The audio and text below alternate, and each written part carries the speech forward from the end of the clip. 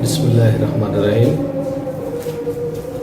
আমি সুলতান মাহমুদ, সহকারী অধ্যাপক, Mohammadpur ideal degree college, Parbatipur, Dinajpur থেকে তোমাদেরকে স্বাগত জানাচ্ছি। ফিন্যান্স, ব্যাংকিং ও বিমা ক্লাসের আজকে ব্যাংকিং ক্লাস দ্বিতীয় পত্র এর অধ্যায় 2, কেন্দ্রীয় ব্যাংক। আজকের আলোচনা আমাদের কেন্দ্রীয় ব্যাংক, যাকে ইংরেজিতে আমরা বলবো সেন্ট্রাল ব্যাংক। শুরুতেই আমরা এই কেন্দ্রীয় ব্যাংক সম্পর্কে একটু ধারণা দিই। কেন্দ্রীয় ব্যাংক হলো দেশের একটি আর্থিক প্রতিষ্ঠান যেটি সরকারের নিয়ন্ত্রণাধীনে সম্পূর্ণরূপে পরিচালিত হয়ে থাকে। এটি একটি অনন্য প্রতিষ্ঠান। একটি দেশে সাধারণত একটি কেন্দ্রীয় ব্যাংক থাকে এবং এই কেন্দ্রীয় ব্যাংক বা সেন্ট্রাল ব্যাংকের নিয়ন্ত্রণ থাকে সম্পূর্ণরূপে সরকারের উপরে, সরকারের হাতে।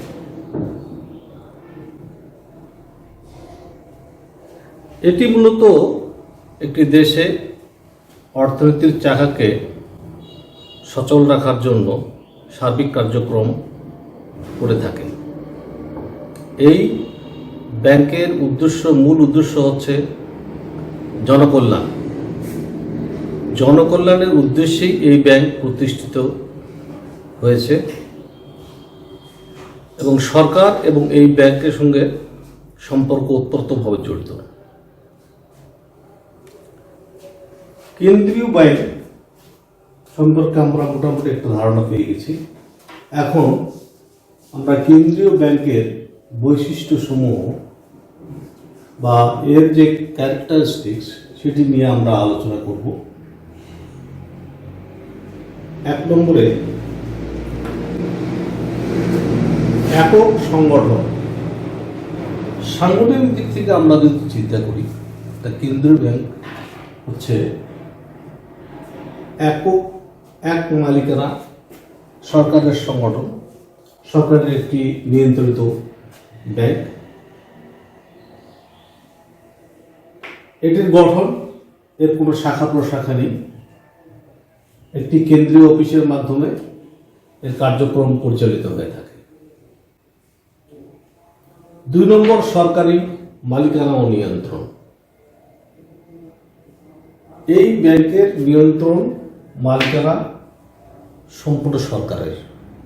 সরকার এই ব্যাংকটিকে তার নিয়ন্ত্রণের অধীনে রেখে তার সার্বিক কার্যক্রম, সব প্রকার আয়, ব্যয়, খরচ সবকিছু এই ব্যাংকের মাধ্যমে করে থাকে। 3, উদ্দেশ্যের ভিন্নতা। আমরা লক্ষ্য করি, আমরা বাণিজ্যিক ব্যাংকগুলোকে সাধারণত বলে থাকি তারা মুনাফা অর্জনের উদ্দেশ্য তাদের সৃষ্টি হয়েছে, অর্থাৎ মুনাফা অর্জনের কোনো বিকল্প বাণিজ্যিক ব্যাংকগুলোর নাই। কিন্তু আমরা যদি লক্ষ্য করি কেন্দ্রীয় ব্যাংকের দিকে, এর বৈশিষ্ট্য হচ্ছে এর মূল লক্ষ্য হল জনকল্যাণ। জনকল্যাণের উদ্দেশ্যেই এই ব্যাংক প্রতিষ্ঠিত হয়েছে। মুনাফা অর্জন এর মূল উদ্দেশ্য নয়। 4, নোট প্রচলনের একক অধিকার। বিহিত মুদ্রা, যেটি আমাদের দেশে সহ পৃথিবীর বিভিন্ন দেশে, প্রতিটি দেশের নিজস্ব মুদ্রা আছে। এই বিহিত মুদ্রার প্রচলন এটা করে থাকে এই কেন্দ্রীয় ব্যাংক। এটা অন্য কোনো ব্যাংকের এখতিয়ার নাই যে তারা এটি প্রচলন করবে। সরকারের নিয়ন্ত্রণে দেখে এই কেন্দ্রীয় ব্যাংক এই নোটের প্রচলন করে থাকে। আমাদের দেশে গাজীপুরে আমরা সাধারণত যেটাকে টাকশাল বলে থাকি, সেখানে এই নোট প্রচলন ব্যবস্থা হয়ে থাকে, ছাপানোর ব্যবস্থা হয়ে থাকে। 5 মুদ্রামান সংরক্ষণ। মুদ্রা মান এবং সংরক্ষণ। মুদ্রার মান বলতে আমরা কি বুঝি? আমি পূর্বেই বলেছি যে পৃথিবীর প্রতিটা দেশে নিজ নিজ মুদ্রা প্রচলিত আছে। সেই মুদ্রার একটি মান আছে। আমরা পরবর্তী ক্লাসে এই মুদ্রা মান কিভাবে নির্ধারিত হয় তা নিয়ে আলোচনা করব। কিন্তু এক দেশের মুদ্রার সঙ্গে আরো দেশের মুদ্রা সাধারণত মিল থাকে না। সেক্ষেত্রে এই মুদ্রাকে অবশ্যই তার সম্মানজনক অবস্থায় যে রাখতে হবে এবং এর একটি স্ট্যান্ডার্ড থাকতে হবে। সেই স্ট্যান্ডার্ডটা নিয়ন্ত্রণ করে থাকে এই কেন্দ্রীয় ব্যাংক। 6 সরকারের ব্যাংক। আমি পূর্বে বলেছি যে এটি একটি অনন্য ব্যাংকিং প্রতিষ্ঠান এবং এই ব্যাংক সরকারের নিয়ন্ত্রণাধীন থেকে তার কার্যক্রম পরিচালনা করে থাকে। সরকারের যত আয় ব্যয় খরচ সম্পূর্ণ এই ব্যাংকের মাধ্যমে হয়ে থাকে। সুতরাং আমরা এটাকে অপর নামে ডাকতে পারি সরকারের ব্যাংক হিসেবে। 7 অর্থ বাজারের অভিভাবক। সাধারণত একটি দেশে 2 ধরনের অর্থের বাজার থেকে থাকে। আর্থিক বাজার, একটি হচ্ছে মুদ্রা বাজার, আর একটি হচ্ছে মূলধন বাজার। এই অর্থ বাজারের অভিভাবক হিসেবে দায়িত্ব পালন করে থাকে বা এই অর্থ বাজারের নিয়ন্ত্রক হিসেবে তার সার্বিক কার্যক্রম কিভাবে পরিচালিত হবে সেটি নিয়ন্ত্রণ করে থাকে এই কেন্দ্রীয় ব্যাংক। তার অর্থ বাজারের নিয়ন্ত্রকের বা অভিভাবক হিসেবে কাজ করে থাকে কেন্দ্রীয় ব্যাংক। অন্যান্য ব্যাংকের ব্যাংকার ও নিয়ন্ত্রক। আমাদের দেশে এই কেন্দ্রীয় ব্যাংকের নিয়ন্ত্রণাধীনে বাণিজ্যিক ব্যাংক বা শিডিউল্ড ব্যাংকগুলি কাজ করে যাচ্ছে। সেই ব্যাংকগুলি কিভাবে চলবে, তারা কিভাবে ঋণ সংগ্রহ করবে, কিভাবে ঋণ দান করবে, সুদের হার কত হবে, সবকিছু নিয়ন্ত্রণ করে থাকে এই কেন্দ্রীয় ব্যাংক। অন্যভাবে যদি আমরা বলি যেটি হচ্ছে মাদার ব্যাংক, সেন্ট্রাল ব্যাংক বা মাদার ব্যাংক। এই ব্যাংকের নিয়ন্ত্রণে থেকে অন্যান্য বাণিজ্যিক ব্যাংক তাদের কার্যক্রম পরিচালনা করে। 9 বৈদেশিক বিনিময়ের নিয়ন্ত্রক। একটি দেশের সঙ্গে অন্য একটি দেশের ব্যবসা বাণিজ্য, আমদানি রপ্তানি, লেনদেন সংগঠিত হয়ে থাকে। সেক্ষেত্রে বৈদেশিক মুদ্রার লেনদেনও হয়ে থাকে। এখন এই বৈদেশিক মুদ্রার লেনদেন হতে গেলে সরাসরি বাংলাদেশ ব্যাংক বা কেন্দ্রীয় ব্যাংক তারা তাদের কার্যক্রম পরিচালনা করে থাকে, অর্থাৎ এই বৈদেশিক মুদ্রার যোগানদার হিসেবে তারা কাজ করে থাকে। এই লেনদেনের কাজটি তারা করে থাকে, অথবা তাদের অথরাইজড কোনো ডিলার, এটি হতে পারে কোনো সরকারি বাণিজ্যিক ব্যাংক, তারা এই কাজটি করে থাকে। বৈদেশিক বিনিয়োগ নিয়ন্ত্রক হিসেবে সেক্ষেত্রে কাজ করে থাকে এই সেন্ট্রাল ব্যাংক। সর্বশেষ ঋণের শেষ আশ্রয়স্থল। আমরা অনেক সময় বলে থাকি ব্যাংক হলো পরের ধনের পোদ্দার, অর্থাৎ ব্যাংকের নিজস্ব তহবিল যা থাকে তার চেয়ে অনেকাংশে তাদেরকে নির্ভর হতে হয় আমানতের উপরে বা ঋণের উপরে। ঋণ পেতে গেলে তাদেরকে কোথায় যেতে হবে?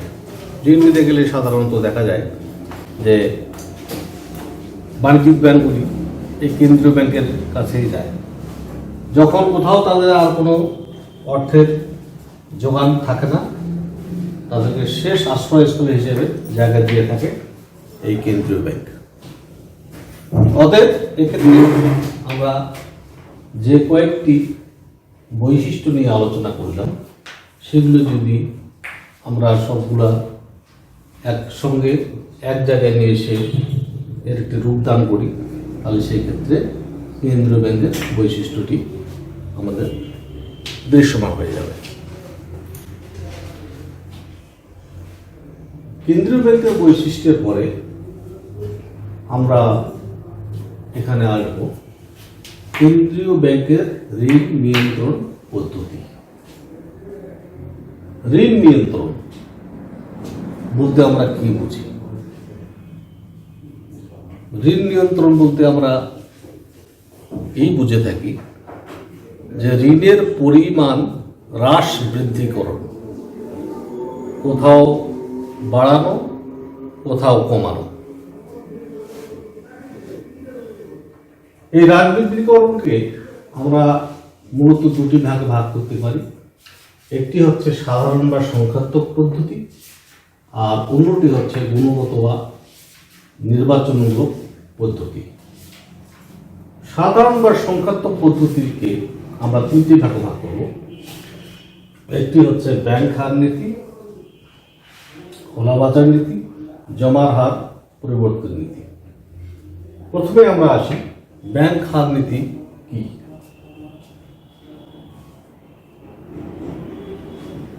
আমরা পূর্বে বৈশিষ্ট্যে বলেছিলাম যে বাণিজ্যিক ব্যাংকগুলিকে কেন্দ্রীয় ব্যাংকের কাছ থেকে ঋণ গ্রহণ করতে হয়। তো সেই ক্ষেত্রে অবশ্যই কেন্দ্রীয় ব্যাংক সেখানে একটি সুদ চার্জ করে থাকে। এই সুদকেই আমরা বলতেছি ব্যাংক হার নীতি। যখন একটি বাণিজ্যিক ব্যাংকে ঋণ কমিয়ে দেওয়ার চিন্তা করবে কেন্দ্রীয় ব্যাংক, তখন সুদের হার বাড়ায় দেবে। যদি সুদের হার বাড়ায় দেওয়া হয়, তার ঋণের প্রবাহ কমে যাবে, অর্থাৎ তারা ঋণ কম নিতে চাইবে। আর যদি সুদের হার কমিয়ে দেওয়া হয়, তাহলে বাণিজ্যিক ব্যাংকগুলি ঋণের জন্য বেশি করে আগ্রহ প্রকাশ করবে। এই হচ্ছে আমাদের ব্যাংক হার নীতি। এটির মাধ্যমে আমরা ঋণটাকে নিয়ন্ত্রণ করতে পারি। দ্বিতীয়ত খোলা বাজার নীতি। বাণিজ্যিক ব্যাংকগুলির মাধ্যমে সরকার কখনো বন্ড, সিকিউরিটিজ এগুলি ক্রয় বিক্রয় করে থাকে। যদি বাজারে অর্থের প্রাচুর্যতা বৃদ্ধি পায়, সেই ক্ষেত্রে যদি তারা বন্ড বাজারে বিক্রি করে দিয়ে অর্থ সংগ্রহ করে নেয়, এভাবে একটি খোলা বাজারে বন্ড, সিকিউরিটি ছেড়ে দিয়ে অর্থ তার তুলে নিতে পারে। আবার কি করতে পারে? যদি অর্থের সংকোচন দেখা দেয়, বাজারে মুদ্রার সংকট দেখা দেয়, সেই ক্ষেত্রে তারা বন্ড, সিকিউরিটিজ এগুলা ক্রয় করে বাজার অর্থের যোগান নিশ্চিত করতে পারে। তো এটি হচ্ছে আমাদের খোলা বাজার নীতি। তৃতীয়ত আমরা আসি জমার হার পরিবর্তন নীতি। জমার হার পরিবর্তন বলতে, জমার হার বলতে আমরা কি বুঝি? জমার হার বলতে আমরা এটাই বুঝি যে কেন্দ্রীয় ব্যাংক আমানতি অর্থের উপরে একটি অর্থের পরিমাণ কেন্দ্রীয় ব্যাংকে জমা রেখে ব্যাংকগুলিকে তাদের কার্যক্রম পরিচালনা করতে পারে। সেক্ষেত্রে যদি মার্কেটে অর্থের প্রাচুর্য দেখা যায়, তাহলে জমার হার বাড়িয়ে দেয়। জমার হার বাড়িয়ে দিলে আমানতের অর্থের উপর একটি প্রভাব পড়বে এবং সেক্ষেত্রে তারা ঋণ গ্রহণ করতে অনাগ্রহ প্রকাশ করবে। আবার উল্টোটাও ঘটতে পারে, জমার হার কমিয়ে দেবে, আবার তারা ঋণ নিতে আগ্রহ প্রকাশ করবে। তারা সেক্ষেত্রে অর্থের পরিমাণ যখন কম জমা দিতে হবে তখন তারা ব্যাপক হারে আমানত সংগ্রহে আগ্রহী হবে। এভাবে একটি ঋণের উপর প্রভাব বিস্তার করে থাকে। এখন আমরা আসবো গুণগত বা নির্বাচনমূলক পদ্ধতি। প্রথমে আসি 1 নম্বরে ঋণের বরাদ্দকরণ নীতি। আমরা প্রথমে বলেছি যে কেন্দ্রীয় ব্যাংক হলো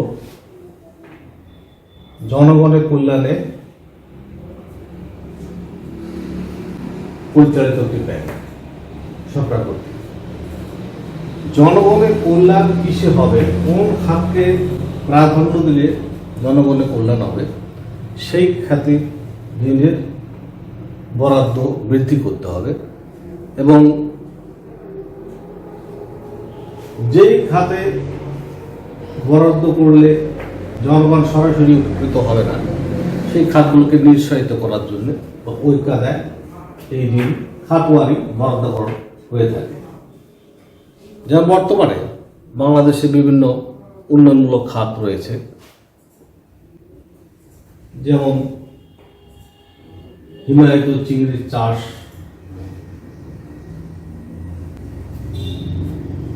এগুলি চাষ করে কৃষকরা অনেক উপকৃত হতে পারে। উন্নত জাতের গাভী পালন, এই খাতগুলিকে উৎসাহিত করতে পারে। মশলা জাতীয় গাছ উৎপাদন করে মশলা সরবরাহ বৃদ্ধি করে বৈদেশিক মুদ্রা সেভ করা যেতে পারে। এই খাতকে আমরা ঋণ বরাদ্দ করে এখানে উৎসাহিত করতে পারি। তো এটিও একটি ঋণ নিয়ন্ত্রণের পদ্ধতি। ভোক্তা ঋণ নিয়ন্ত্রণ। ভোক্তা ঋণ বলতে আমরা কি বুঝি? ভোগ্য পণ্যের উপরে যে ঋণ, সেটি সাধারণত হচ্ছে ভোক্তা ঋণ। এই ভোক্তা ঋণ আমরা আরো সহজভাবে পাওয়ার চেষ্টা করি। যেমন ইদানিং কিছু কিছু বাণিজ্যিক bank fridge, television, air conditioner, motorcycle ইত্যাদি ক্রয়ের জন্য ঋণ দিয়ে থাকে। তারা কখনো কিস্তি দিয়ে ঋণ দিয়ে থাকে, আবার সুদের হারে দিয়ে থাকে।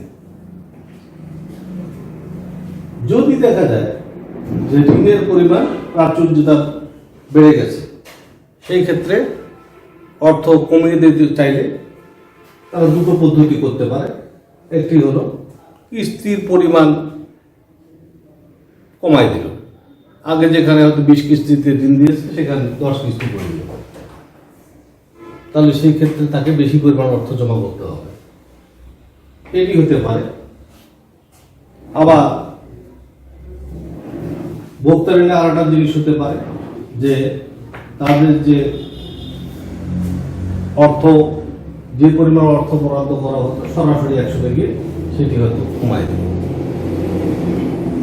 3, জামানতি ঋণের প্রান্তিক হার পরিবর্তন। সাধারণত বাণিজ্যিক ব্যাংকগুলি জামানতের বিপরীতে ঋণ দিয়ে থাকে। কেন্দ্রীয় ব্যাংক এখানে তাদের একটি নিয়ন্ত্রণ নিয়ে আসতে পারে। যদি বাজারে অর্থের প্রাচুর্যতা বেড়ে যায়, মুদ্রাস্ফীতি বেড়ে যায়, যদি পণ্যদ্রব্যের দাম হু হু করে বেড়ে যায়, সেই ক্ষেত্রে জামানতের পরিমাণ যদি বাড়াই দেওয়া হয় তাহলে অর্থের প্রাচুর্যতা কমে আসবে। অর্থাৎ ব্যাংকগুলি তখন কম পরিমাণে ঋণ নিতে আগ্রহী হবে এবং সেই ক্ষেত্রে মার্জিনাল লেভেলের যারা ঋণের গ্রহীতা তারাও ঋণ দিতে নিরুৎসাহিত হবে। তা জামানত ঋণের প্রান্তিক হার পরিবর্তন করে ঋণ নিয়ন্ত্রণ করা যেতে পারে। 4, প্রত্যক্ষ ব্যবস্থা গ্রহণ, ডাইরেক্ট অ্যাকশন।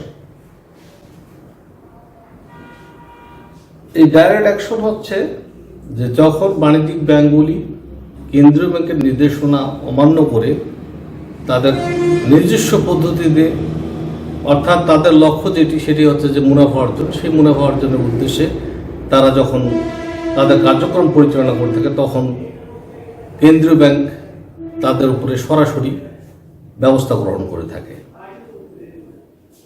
এই সরাসরি ব্যবস্থা গ্রহণ বিভিন্ন প্রকার হতে পারে, যেগুলি আমরা আগেই জেনে আসলাম। সেগুলোর প্রয়োগ করতে পারে, অর্থাৎ তারা ব্যাংক রেট বাড়াই দিতে পারে বা জমার হার পরিবর্তন করে দিতে পারে। জমার হার পরিবর্তন, ব্যাংক হার বাড়ায় কমে দেওয়া, এগুলো করে সরাসরি অ্যাকশন চলে যেতে পারে। বা তাদের ঋণ বরাদ্দকরণ বন্ধ করে দিতে পারে, এটা হতে পারে। অস্বাভাবিক সুদের হার বাড়াই দিতে পারে। এইভাবে প্রত্যক্ষ ব্যবস্থা গ্রহণ করে ঋণ নিয়ন্ত্রণ করা যায়। 5, নৈতিক প্ররোচনা, মোরাল পারসুয়েশন। নৈতিক প্ররোচনা ও ঋণ নিয়ন্ত্রণের একটি বিশেষ দিক।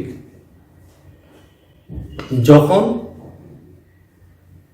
মানুষ কোনো খাতে ঋণ নিতে অনগ্রহী হবে, তাকে যদি বোঝানো যায় বিভিন্ন প্রকার প্রকল্পের মাধ্যমে বা চিন্তা চেতনার মাধ্যমে তাদেরকে বুঝিয়ে দেওয়া যায়, সেই ক্ষেত্রে তারা লাভজনক মনে করলে সেই ক্ষেত্রে থেকে ঋণ গ্রহণ করতে পারে। এভাবে নীতিগতভাবে মানুষকে বুঝিয়ে ঋণের পরিমাণ বাড়ানো বা কমানো যেতে পারে, এটিও একটি পদ্ধতি। 6, প্রচারণা পদ্ধতি। সর্বশেষ ঋণ নিয়ন্ত্রণের সর্বশেষ কৌশল হল আমাদের এই প্রচারণা পদ্ধতি। প্রতি বছর কেন্দ্রীয় ব্যাংক তাদের এক বিশেষ সেল থেকে এই প্রচারণা কার্যক্রম পরিচালনা করে থাকে, যাকে আমরা অনেক সময় অ্যাডভার্টাইজমেন্টও বলতে পারি, পাবলিসিটিও বলতে পারি। পাবলিসিটি বললেই সাধারণত ভালো হয়। এই পদ্ধতিতে তারা কার্যক্রম পরিচালনা করে থাকে। অথবা বছর শেষে তাদের যে ব্যালেন্স শিট, সেই ব্যালেন্স শিটটাকে মানুষের কাছে তুলে ধরতে পারে। এইভাবে আমরা কেন্দ্রীয় ব্যাংকের ঋণ নিয়ন্ত্রণ পদ্ধতি পর্যালোচনা করলাম। আজকে এ পর্যন্তই। পরবর্তী কোনো ক্লাসে তোমাদের সঙ্গে দেখা হবে। তার আগে তোমাদেরকে বলে রাখি, সেটি হচ্ছে যে আমাদের দেশে করোনার প্রভাব বেড়ে গেছে। তোমরা ঘরের বাইরে হলে অবশ্যই, বাড়ির বাইরে হলে অবশ্যই মাস্ক পরিধান করবে, মাস্ক পরে বাইরে যাবে। আজ এ পর্যন্তই। আল্লাহ হাফেজ।